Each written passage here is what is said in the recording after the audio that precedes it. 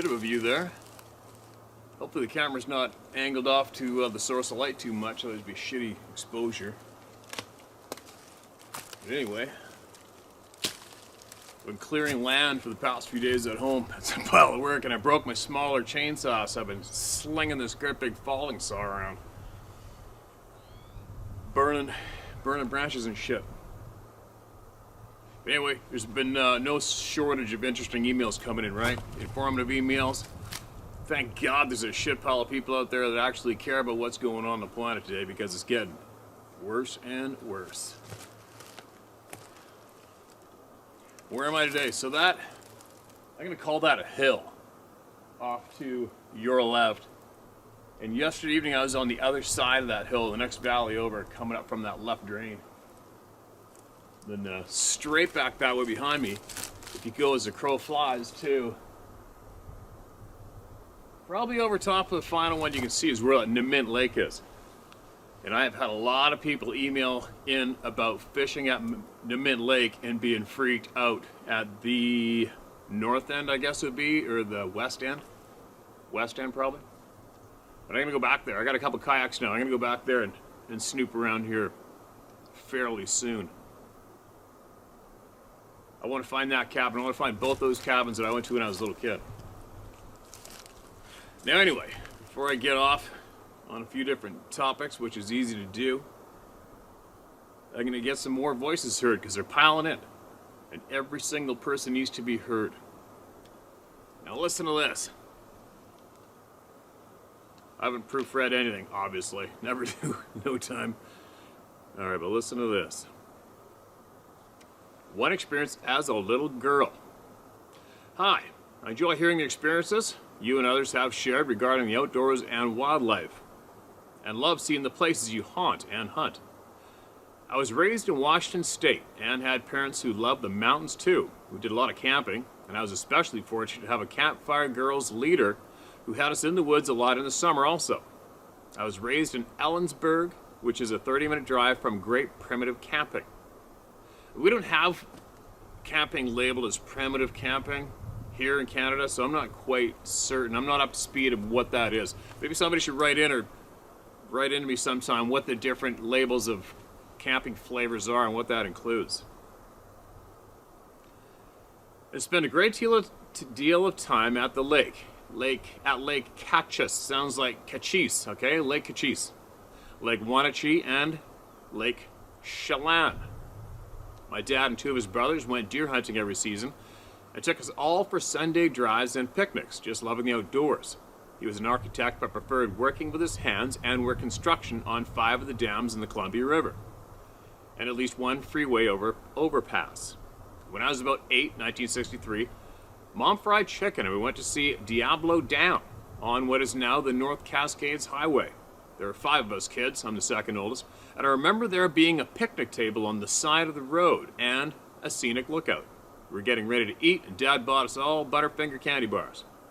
My youngest brother, 3, was upset because he didn't like Butterfinger. Alright, I'm going to move the camera. I can see the sun glaring off here. I'm at a bad angle now. Clouds breaking. I'm going to move the camera to make sure I don't screw this up. And I won't be able to read this properly unless I move the camera. All of a sudden, there were 3 Bigfoot. 2 ran away while still a little distant from us, but one kept coming up the hill and stood there looking at us. We were ushered quickly back into the car, but my brother left his candy bar on the log parking barrier as a gift before getting in the car. And kneeling in the back seat, we saw the Bigfoot get it. Holy shit. Unfortunately, he got the picnic basket and all the chicken too. My mom said it was a bear, not believing her own eyes, but my dad and his brothers went back up the next day and came back with the chewed up wrapper and gave it to my brother, and he still has it. When I was about 9, I was camping with my campfire group at Lake Cachis and got up before anyone else. It was just getting lighted up to sea, and I sat on a rock on the lake's edge. The water was so calm, really beautiful. The mountains rise fairly steeply on the eastern side across the water from where we were. I heard this loud, deep-chested whoop, whoop, coming from across the lake, and then a reply from somewhere farther away in the north. I remember marveling how loud it was, but being a kid, I thought it was a whooping crane, and the water and mountains just amplified the sound. In about 1979, my now ex-husband and I went to the same lake in April. We lived on Snoqualmie Pass and would take our little Chevy four-wheel drive pickup everywhere it would go in those mountains. That was a warm, early spring day, long before any campers were in the campground. Spent several hours just hiking and ended up on a cliff overlooking the lake. We were throwing rocks, trying to hit big boulders below us, and probably making a little noise. We were leaving to go home, slowly driving along the narrow campground roads when we passed by a small outbuilding, perhaps a shed for machinery, when something leapt or ran about 3 feet directly in front of the pickup truck. From the shed to the road was about 10 feet, and on the other side of the road, maybe 2 feet, were trees and thick bushes. The road was barely wide enough for 2 cars to pass each other, so maybe a total distance of about 25 to 30 feet. This thing was such a blur that I really only saw its rear end as it disappeared into the bushes. In my mind, I said grizzly bear, but it was more red and had no tail.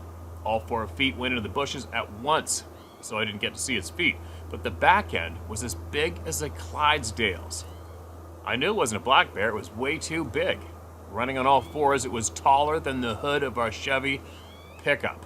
Chevy Love pickup, remember those? Much later, I remembered that day and realized that we don't have grizzly bears that far down in Washington State, and a bear would have stayed hidden or found another way around us. It was like whatever it was looking to play with us. Another time we took the pickup to Lake Chelan. Oh, sorry, something's in my eyeball. We would just throw the sleeping bags in the back with a cooler and go to sleep in the back of the truck. We ended up on a small cliff on a small waterfall that dropped about 30 feet, very secluded. The little road made a sharp wind around a steep hill that ended at the waterfall with enough room to turn the truck around. There was a barbecue grill, so was an established place to camp, but only really room for about 2 cars. We backed up to the cliff, had the stream on one side, front facing the mountain, back to the cliff, and the road on the other side. The only way for anyone to get to where we were was to come up the cliff or the road or come down the mountain. We ate, and it was dark, so I got in the sleeping bag to watch the stars. He pointed out to me that there were no forest noises, not even bugs. It was creepy. We weren't there long until we heard what sounded like something very heavy. An elk came to mind, stepping on and snapping a large dry branch and then crushing it underfoot, like purposely. Laying in the bed of the truck, you can really only see straight up, unless you sit up, and it was quite dark, so I doubt we could have seen anything if we did, but I sure wasn't going to. I barely whispered, "Do you have your gun?" And he barely whispered back to me, "Yes." But he really didn't seem too confident about it. I was scared out of my wits. Yes, Bigfoot was on my mind, and so was the fact it was my time of the month. I have no idea how I fell asleep, but very likely fainted. The next thing I knew, it was barely light enough to see, and he was waking me up so we could get out of there. He was awake all night, but didn't want to talk about it. Finally, I'm only mentioning this one because I've never experienced anything like it before. First, I lived alone most of my life for a spring to fall.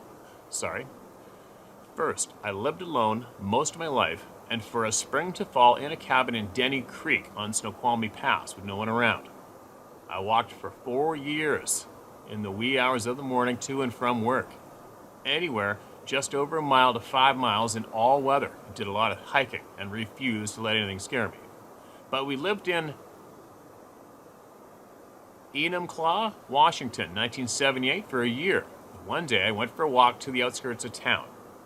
There's a pickle factory out there then, and in a bend in the lonely road there was a curious little grassy area that looked like a very small park, because there was a little swing set in the grass, and that was surrounded by thick bushes and trees. I sat on the swing, but instantly got this creepy feeling like I should leave. I tried to shove it out of my mind, but it became so strong I couldn't ignore it. A serial killer came to mind. I left as quickly as I could without running. I can still feel the fear. I'm sorry this is so long, but we'll agree with the many, many others that no Bigfoot is real. All animals are smarter than we give them credit for, and you can never tell what mood or why they may act a certain way. There's lots of room for them, though we keep slowly taking up their space.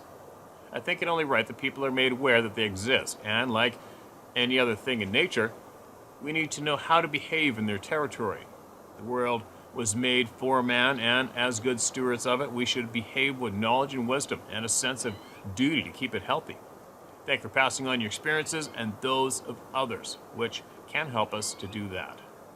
Please, no name. You got it. Let me check the beginning. Make sure you didn't, you didn't share your name, perfect.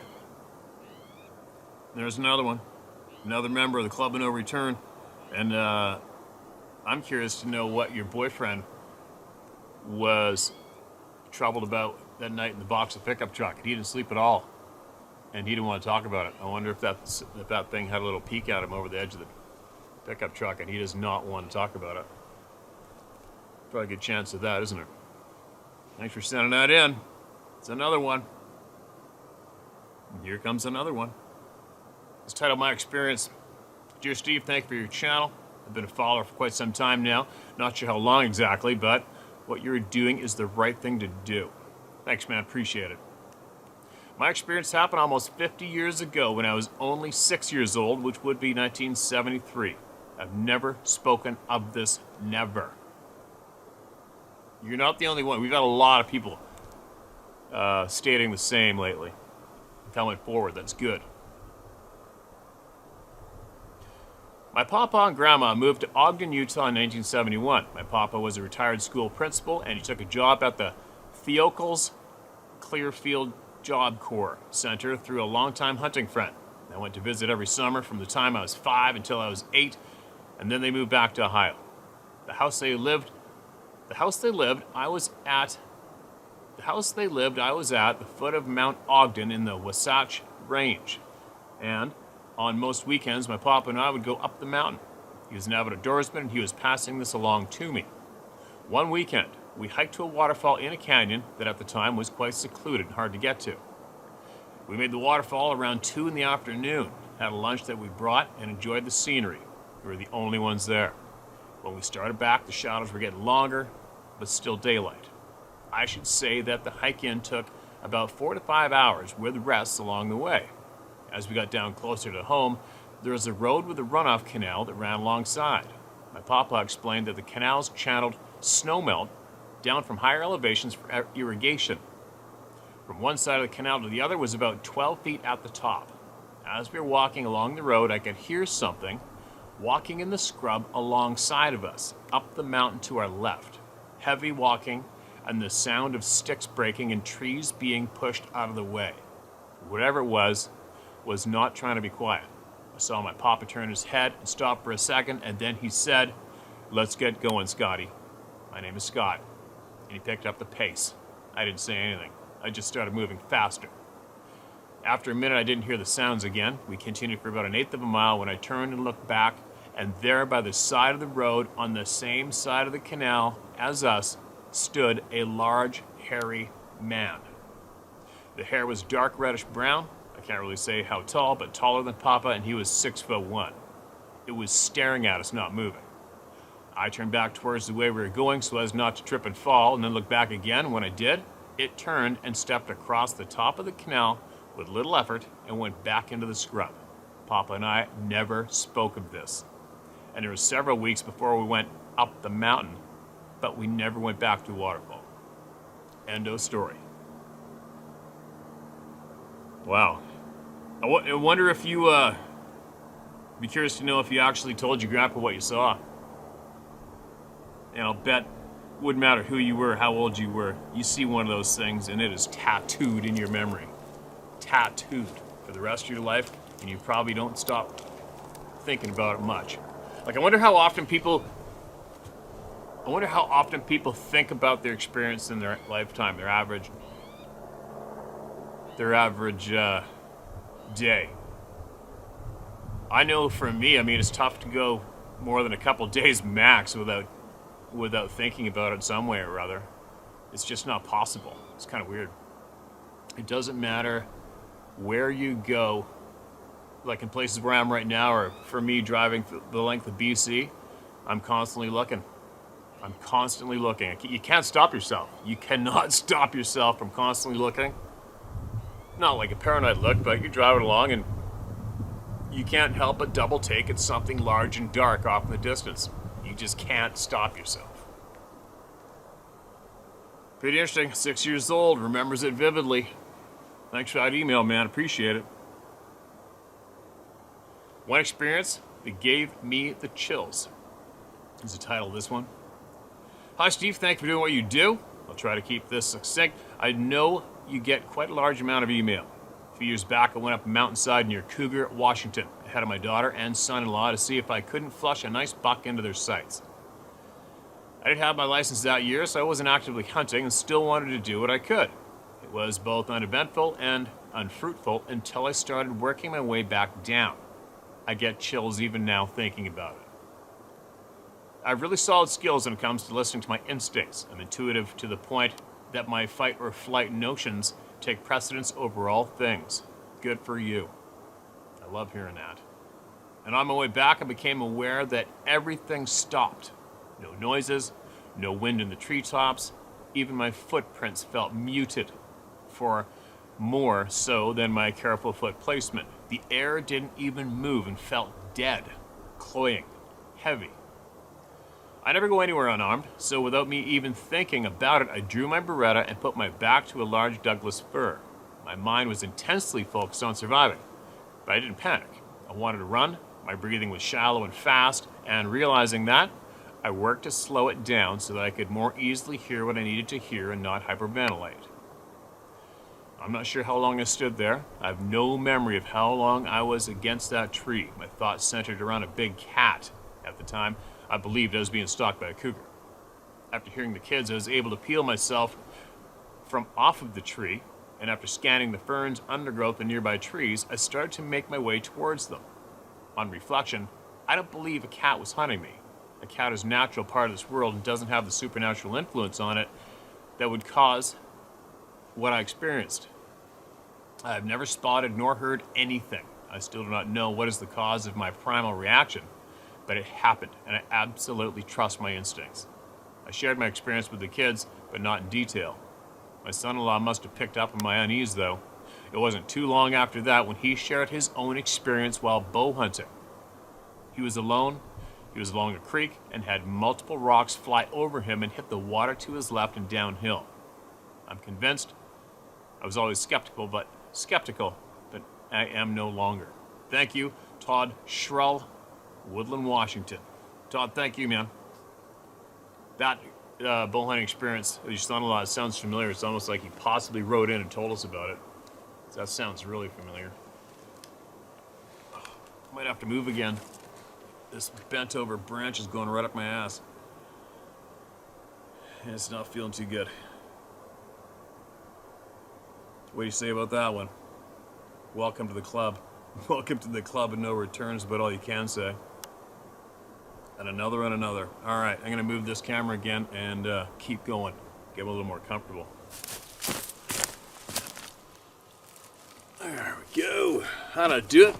Slight breeze in my back. Hopefully it's not licking that microphone too bad. You guys got a good view behind me, and I got a good view behind you guys. Big timber line up there. Now, on with it. Experience with Bigfoot is the title of this one. Steve, I'm 60 years old. I grew up in the Rocky Mountains. I've had some encounters with these creatures. Let me give you my very unscientific views on them. Number one, they are humanoid. Number two, they are not born on in this world/planet, and they do not die on this planet/world. Therefore, no carcass will ever be found/collected. All right? Number three, they are extremely powerful and not just physically. Number four, they can be both benign and dangerous. Very individual. Number five, their physical abilities and their cognitive abilities are far superior to ours. Number six, all animals in this world are very physically afraid of these creatures, including people. Number seven, they arrive in our world through portals that are water, i.e. creeks or swamps. You can blow this off or not, your choice. I now live in a large city, and I have come to the conclusion that it is partly because I am avoiding any further contact with these beings. I was a packer, a wrangler, a guide, and a backcountry hunter/camper for years. They haunt my dreams. Cheers, Mike. All right, short, straight to the point, and somewhat vague, Mike. You got my attention, though. If you want to if you want to write back and share what you experienced with everybody, I'll share it. I'm curious, especially if you're a guide and a packer, wrangler. I mean, that's right up my alley, right? And some bold statements. Bold statements. You know, they're not from this world, but yet they have human DNA in their bodies. So how does that come about, right? What does that say about us? As we fill in our puzzles. Title, thanks for sounding in, Mike. And don't be shy if you want to email in some of your experiences, all right? Because I want to hear about them. Experiences. Title this one. Hi, I'm Dolene Whitfield, and I'm a 54-year-old mother of 3. The strange thing is that my 2 sons are avid hunters and fishermen, and neither have had any experiences like the ones you talk about. My daughter, although has. She's 33 years old, had her first experience about 4 years ago, and that is pretty much what this email is about. I myself have no profound story to tell, but I felt a need to share this with others. When my daughter had her first experience, she shared it with us, and we all kind of laughed and brushed it off. Holly has always had a way about her. She has a spirit about her that just draws people to her. She's a beautiful girl inside and out. Her brothers, one older, one younger, found a lot of enjoyment in giving her a hard time. For years while they were growing up, she had always believed in UFOs, that sort of thing, but never mentioned much about Bigfoot situation until she did. She had told me about the yells she would hear that was unexplainable. I just took it in. Knowing Holly, it was just something you have to do sometimes. You know when you want someone to see or hear something and it never happens when you want it to, until one night I was leaving her house and I heard it for myself. I knew it was something normal. I then started thinking back on all she had shared with me, the calls, the figures in the woods, the structures with the trees, and I realized this was all before a lot of these YouTube channels were even started. She had been telling the truth. The main reason for this email is this. For all the parents out there and friends, please don't disregard what the people you love are telling you. Open your heart and your mind and don't be afraid. Fear only comes from the unknown. So make it something you know. Listen, I have felt very ashamed because I always consider myself to be a mother who stayed aware. They are still our children and friends no matter how old they are. Possibilities are endless. Thank you for letting me share. Dolene, thank you for sharing. I'm pretty sure that a lot of us needed to hear that. Without a doubt. Possibly. I don't know how many people are on this channel that... Well, you know what? There's actually a handful of people that follow this channel that just get annoyed by it and annoyed by me. Actually, the point, it's funny how many people actually come onto this channel and label me as their enemy and have to email me about it, how terrible I am. So, maybe these people do need to hear what you had to say. Maybe there is a lot of people following this channel that do need to hear what you just had to say. Let's hope so, because your words would definitely make a difference for someone, without a doubt. I'm glad you listened to your daughter. It's funny how many people shrug it off, right? A friend of mine, I kind of gave him shit. His son's seen these things twice and it really messed him up and he laughed at him and I gave him shit for it. I said, listen dude, he's your son. If he can't be safe with you, what does he have, right? Nothing. You can't be safe sharing with your family, you got nothing. All right, what else do we got here? This is titled Bigfoot Story. Hello, Steve. First of all, I want to say I am new to following your channel. The stories are great, and thank you for making it okay to talk about such a crazy topic. No problem. My name is JT, and you may feel free to say my name or what part of New York this happened in, but please don't give out any addresses because it's not my property. All right. Well, hopefully you didn't write it down then. Friends of mine own it. We are like family. I'm a 47-year-old man that has a great job, house, and family. I'll try to keep it short. The only problem is there's so much to say. Even the short version is going to be kind of long. It was about 20 years ago in upstate New York, in the town of East Durham, not far from Hunter Mountain Ski Resort. Now, my buddy's property is about 12 acres bordering a very large amount of state acres. If you would like to tell this story, feel free to do so. If not, that's okay too, as long as you read it. That's what matters to me, considering you're the one that has made me tell my story. Well, correction, our story. Considering I wasn't alone. Now, about 20 years ago, we used to go up every weekend to my buddy's cabin. We'd ride quads, go-karts. There were about 8 of us, ranging from all ages, 14 to 29.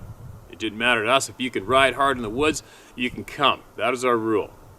Every time when it would start getting dark, we would always head back from this fire tower. It was in the middle of nowhere because you didn't want to be out there come dark. This land had lots of wildlife, deer, bear, deer, foxes, coy wolf, coyotes, and even once in a while a wandering moose. Many times out there in the dark, we would hear all animals, and it really never got our attention. We had no worries because the sound of our quads normally scared off any animals, even very large black bears. So, late night after dinner by the fire, put me and 2 of the other oldest, we would go for a ride up the mountain to this old cemetery in the middle of nowhere to drink beers and smoke a little weed. After all, we were young and dumb. I believe that's the old saying, right?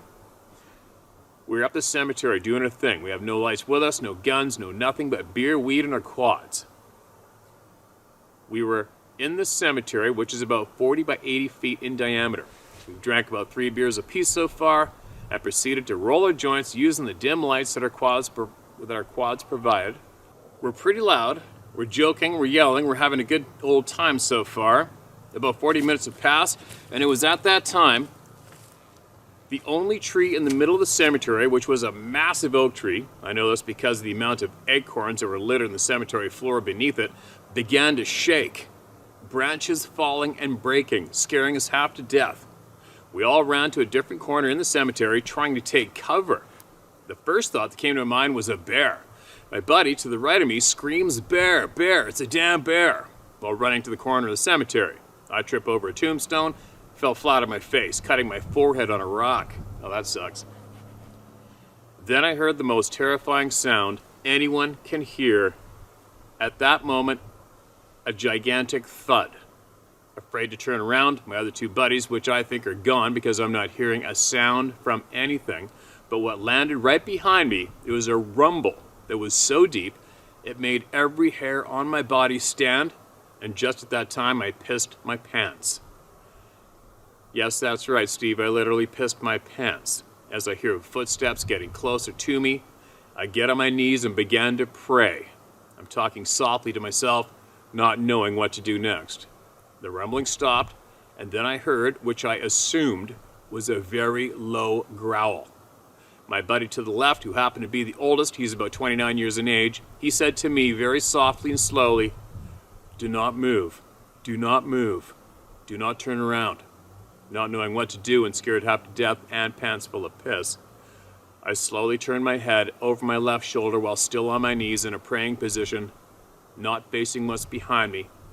At that time, I see a figure, only half of it, because my head does not turn like an owl's, and I'm staring at its knees.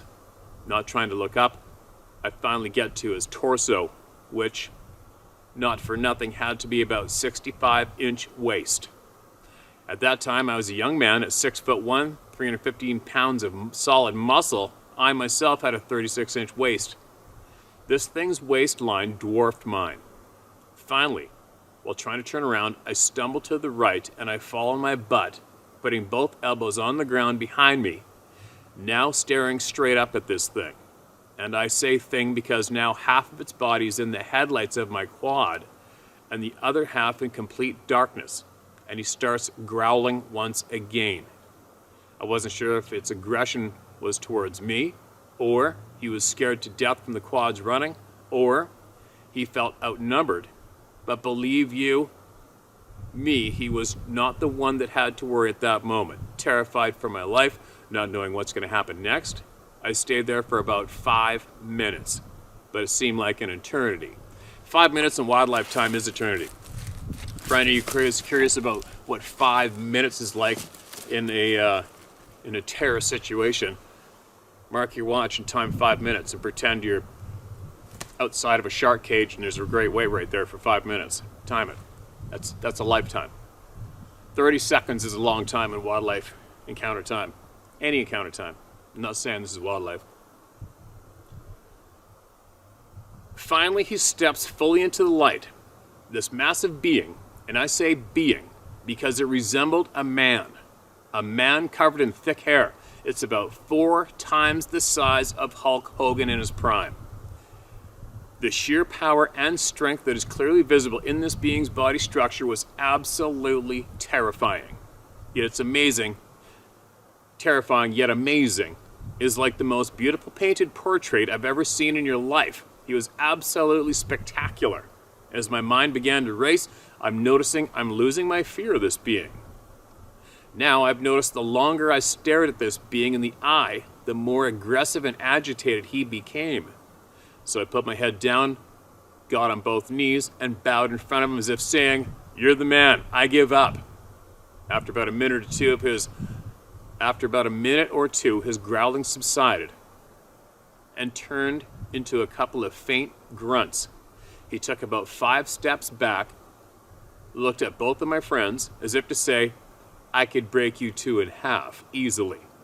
Then he focused his attention back on me. At that time I stood up slowly, went towards my quad, grabbed my backpack, opened it, and at that moment he rushed me, grabbed the front of my Suzuki King Quad that has over 700 cc's and flipped it upside down like it was a toy. I guess the bright headlights were pissing it off. I sat on the wall. He took 2 steps towards me.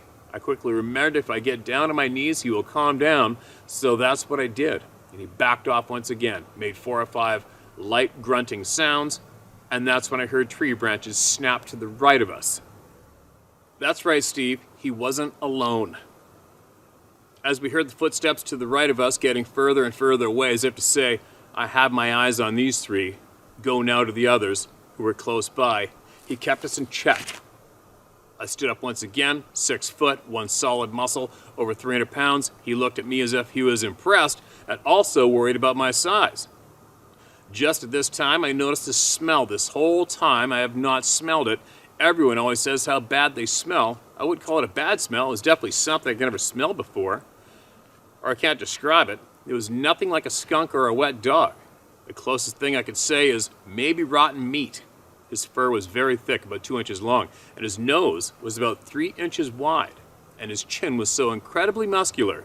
His teeth were big and square, kind of yellowish in color. He did not have canines there.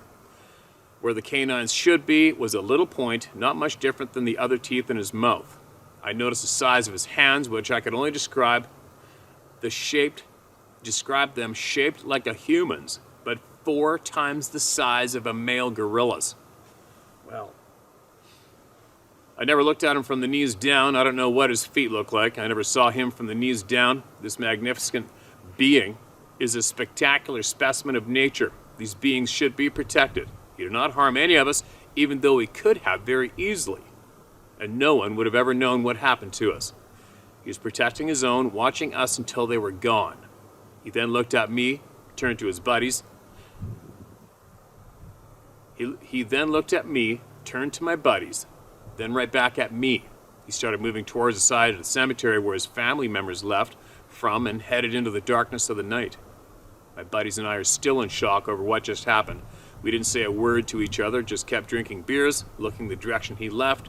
From wondering if he was coming back, no one spoke, not even to make fun of the fact that I'd pissed my pants. After 2 hours, we left. The next morning, no one said a word to each other, and everyone else noticed. Later that day, the 3 of us went back to the cemetery. I guess you could say to see if what we experienced really happened. When we had arrived at the cemetery, clear as day, all the broken branches were still there, my quad flipped over, and still at the bottom of the hill. This being had to have been 9 to 10 feet tall, 5 to 6 feet wide at the shoulders. He must have weighed in at 700 or 800 pounds. Till that day, I have never returned to that cemetery, nor have I gone to my buddy's cabin again. No doubt. Shit. He always says that the signs are there, that they are there. You just need to know what to look for. Please not take my lack of ability to write a story, as I'm doing the best I can to describe what we had experienced. This is a beautiful being, extremely massive. This is a beautiful, beautiful being. Extremely massive, extremely impressive. Till this day I think about him, I can't help but smile and just be amazed at how spectacular he really was. I wish him and his family the best of luck. I know this may sound crazy or weird. No one should ever want to harm one of these beings. And I call him a being because he resembled us so much, I just can't put it into words. I never heard knocking, I never heard yelling, I never heard rocks clinking together, I never heard screaming. We did not even know he was there. We heard nothing. Thank you for your time, Steve, and if you share this story, that's fine. With me, please leave names out, even though I think I only gave you mine.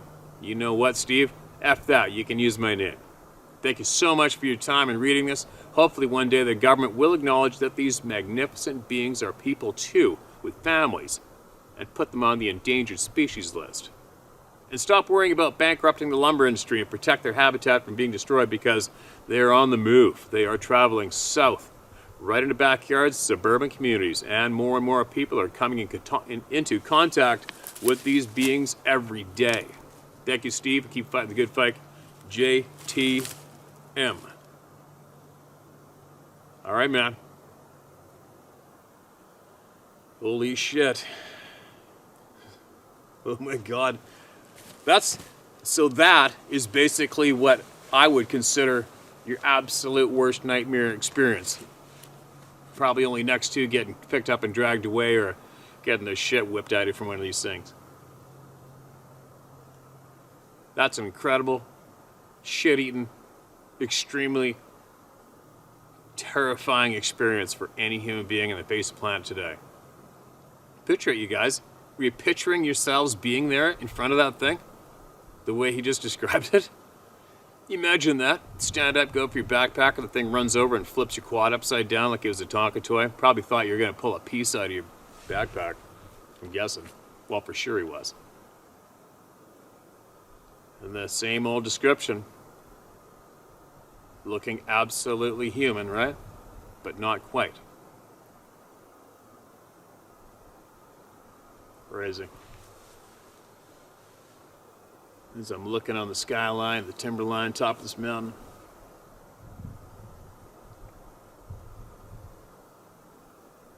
I'm feeling a bit of a breeze in my back. I don't know if it's hitting the camera or not.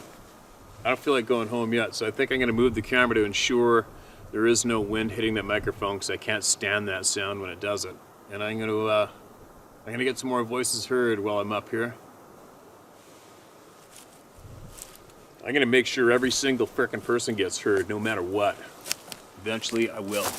I know I'm getting a good dent in it. This ought to do it. I don't think there's any wind hitting the camera right here. And a quick question to the previous emailer. I'd be interested to know if you still talk to all your buddies, your other two buddies who are there, and if they follow this channel, or if they want nothing to do with that memory. They don't want to talk about it. They don't want to see each one of you ever again to avoid having to relive that experience, or what. I'd be curious to know what happened to your two friends after that. The aftermath, right? The aftermath's usually hard for a lot of people to deal with.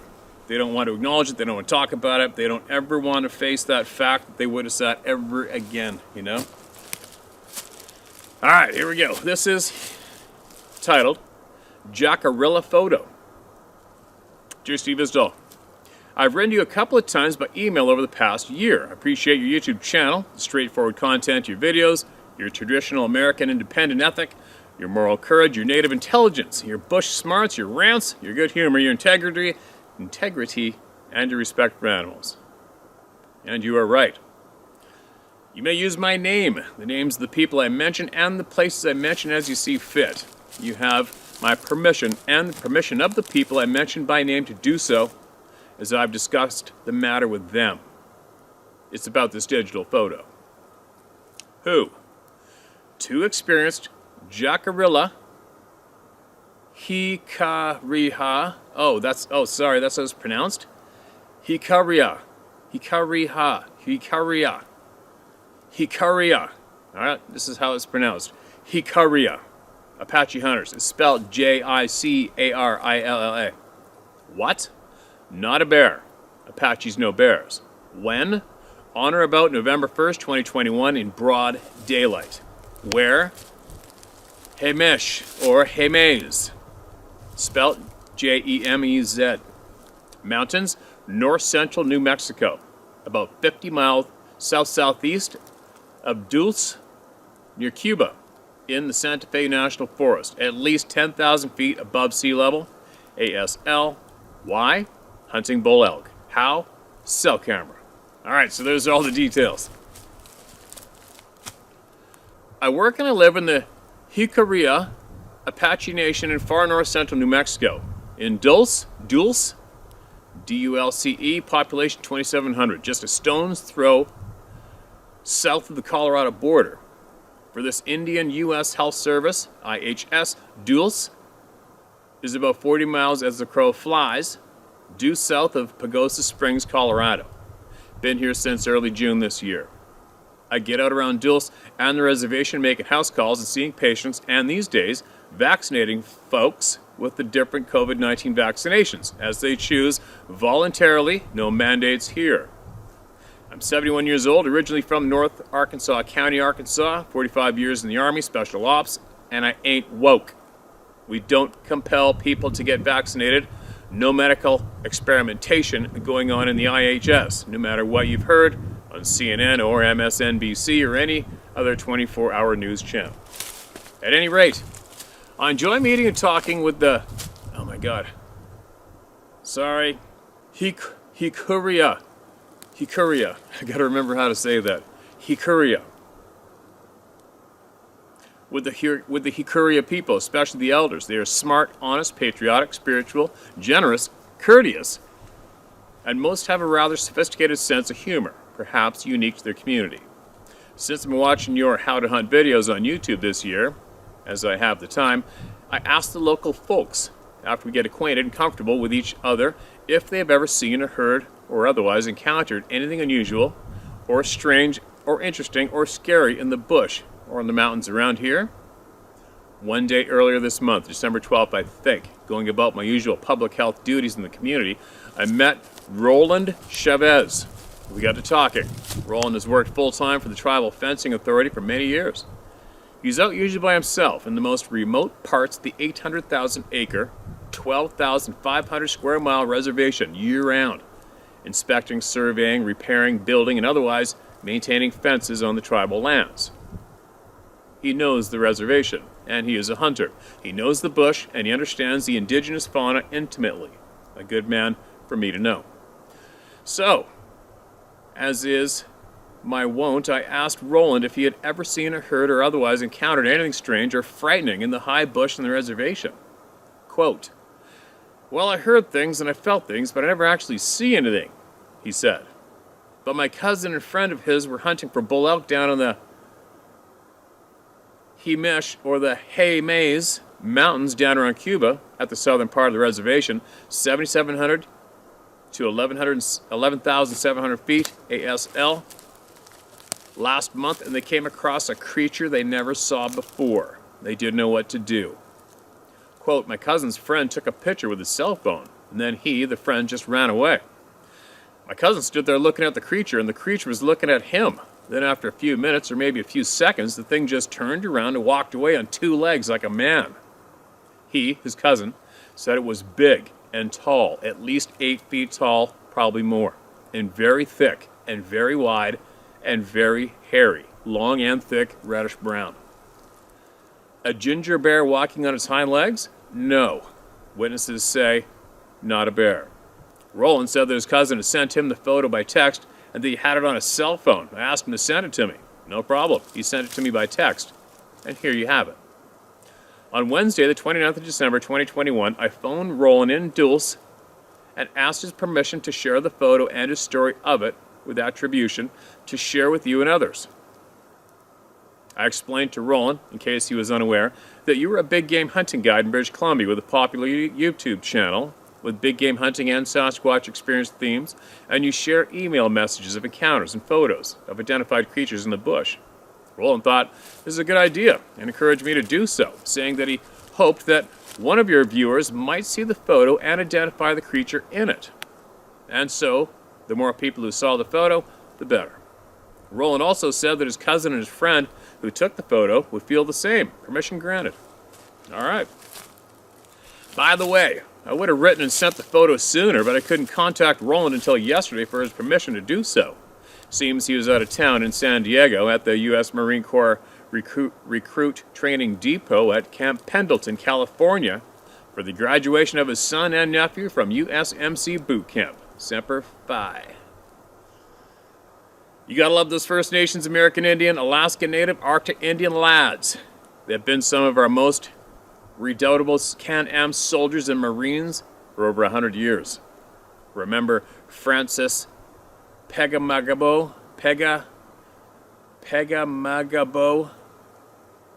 Wasoksing Ojibwa of Parry Sound, Ontario, Tommy Prince, Anishinaabe, Henry Norwest, Métis, John Sickok, Inuit, and the Navajo Marine radio operators, code talkers in the Pacific in World War II. Anyway, finally, I have downloaded a digital photo enhancement program, GNU, Image Manipulation Program, GIMP, onto my iMac with which to clarify the cell phone photo provided herewith. I will enhance and clarify the image as soon as I figure out how to use the GIMP software. Maybe then we can discern enough detail to determine what sort of creature, if any, is in the photo. Meanwhile, perhaps you or the other member of the community, more familiar with photo enhancement software, can clarify the picture. We shall see, or not. Thanks for reading, thanks for your videos. Joseph Glenn. P.S.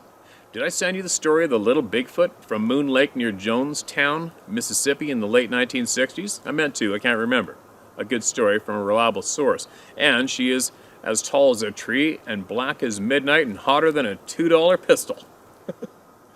All right, here's the photo. I will. Obviously, I'm going to post this up for all you guys to have a look at. Looking at it, you can tell right away there's something there. It's a little fuzzy for me right now to look at on here. I can see a couple eyeballs, and it looks like a split forehead on it and nose. We'll zoom it up and we'll have a look, and you guys can pick it apart, all right? Thanks again for sending that in. Appreciate it, man. Keep digging. I'm surprised you haven't heard more experiences from the people there. I'll bet they have a lot. All right, maybe I'll get one more. Oh, this looks like a long one, and I'm getting kind of tired. I'll save that for another time when I'm a little more fresh. Let me scroll down here. Get somebody who's waiting a long time. All right, what do we got? This is titled Belgian Sasquatch. Dear Steve, it's me, John. I think you may remember me from that Bigfoot story from Luxembourg, southeast of Belgium. Boy, was that an experience, but it might be foggy in your memories. Anyhow, the same story included a slight mention of another story where I included some finding I made closer to where I live. That funny sounding name, Bokrijk, spoken in English as Borake. Borake? Bokrake. I suck at these pronunciations three-quarters of the time, don't I? Oh well, that's what you get for being in the bush more than not, I guess. In Limburg, Belgium, the greenest place in Belgium. I have some pictures you and your audience might find interesting, minding the fact that Belgium has no stories about Bigfoot, monkey-looking 6 to 12 feet tall creatures, but we do have wild men stories. Also legends and myths about wolf people. The loup-garou, I heard that one. Some type of werewolf. Also about witches, shapeshifters, fairies, little people, fawns, etc. Now, it's interesting to me that I also run across the same stuff most Sasquatch-related channels are talking about. Giant prints, structures that seem odd, X marks, but maybe that's all natural. The structures, I mean. But the prints, Once, I had even put some sort of fear in me, having to run out of the forest for some reason. I mean, but this is Belgium. Belgium is tiny, Mountains are only in the south, but I wouldn't really call them mountains. More giant, rocky, bushy hills. That being said, we have lots of open farmland still, beautiful forests and rivers and such.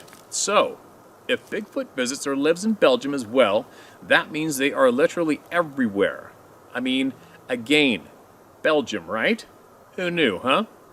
And I really want to believe that because what I saw in 91 or 92 in Luxembourg, which is south of Belgium, then I know what I'm seeing here must be related. I mean, I've never seen 18-inch print of no barefoot human foot ever, but you'll see in the pictures what I mean. Then there's my UFO story, also from 91. Belgium had a UFO wave that lasted 3 years, where military jet pilots and a colonel stated that these triangle and other shaped crafts flew and made turns at impossible speeds with no sounds whatsoever. One flew above our care one late night in October 92, and my mom still swears to this day that she once saw an alien-looking 7-feet tall creature by the side of her bed. That my stepdad at the time ran to her upstairs and the creatures escaped, almost pushing my stepfather off the stairs, running into the bathroom and disappearing into what seemed to be into one of the 2 sinks in there. It still don't work this day, and plumbers can't tell the problem. That happened in 96, but I could tell all sorts of strange stories about my family. That's definitely a doozy, especially if the sink won't work.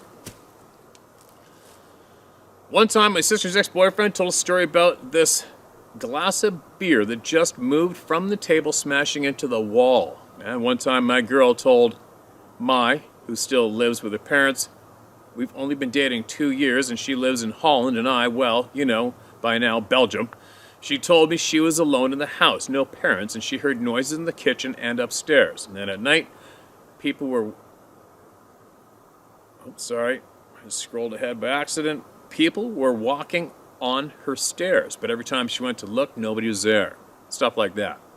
Like my grandma, her house man. Pfft, boy, oh boy. She had this one room full of puppets. I swear to God, I saw one move her eyes one day. That's kind of creepy. That still haunts me to this day. Well, not as much as seeing what I call a sheet ghost. Literally a sheet-looking ghost, like in some movie, and my grandma running after it to kick it out of her place with a frickin' broomstick. Like some witch you know. Like every bro and sis I have has such a story. Maybe we were on drugs, but yeah, I don't know. I wasn't smoking pot or doing crack when I was a kid, so... And not now either, LOL. Anyways, I hope this is not too long of an email. I have autism, so yeah, LOL. Wish you well, and sorry for Mr. Macaroni. Love your channel. Thanks for what you do. You're a good person, and the world needs more voices like you. Leaders that make leaders. And please, take a look at the picture. Haha. Cheers. Your buddy John Telemans. Haha, Telemans. Funny name when you try that in English. Well, my surname is John. A very English-sounding name. LOL. Okay, man. Gotcha. And here's all the shit you're finding in the woods. Okay, that log. The log going 90 degrees. That's a little odd. I guess not if it was snapped off from a tree above it, but yeah. You're seeing all sorts of things in the forest that could be attributed to natural causes, but then you see the print, and I can just make out the toes in that print, I think. But again, the odd thing with that print, and I've noted, alright, there's a couple logs that are really bizarre, for sure. The thing about the print, John, and for all you watching, is when you see a print shared like this, and that's just for me, when the entire ground is covered in pine needles and leaves, then all of a sudden there's just a bare area of dirt without pine needles and leaves on it, and it's a footprint. Well, that doesn't normally happen. You know, when anything's walking through the forest and the forest floor is covered in pine needles and leaves, the print goes on top of everything there. The foot doesn't go down, stick to all the leaves and pine needles and pick them up and carry them away on the bottom of the foot. You know what I mean? So, wasn't there, you were. And I believe you definitely seen something abnormal, and it sure sounds like you've got a lot of crazy frickin' stories. just that room full of puppets. Well, who would do that? That's just asking for trouble, isn't it? But anyway, I gotta get going. Get going before I start getting rocks tossed at me from up there. I'll give you guys a quick 360 again, alright? I'll show you where I am. And hopefully, I don't know what's going on the next couple days, but I know I gotta get out. I gotta get out in the real woods here pretty quick and get my fix as I normally need it. And to all you people who are diligent in digging up your own facts about what's going on today, thank God for every single one of you. And I appreciate every single one of you sending me those emails of what you were discovering and learning on your own. And I must admit, though, probably 99% of all of you who are sending me emails of information, I've already been aware of it so far. I haven't heard any surprises yet. But keep them coming, all right? And eventually I will get what you are finding. I will get it shared on the other channel to make sure everybody becomes more aware. All right? It's very important, believe it or not. Here I go. Talk to you guys shortly. All right, here's 360 where I am.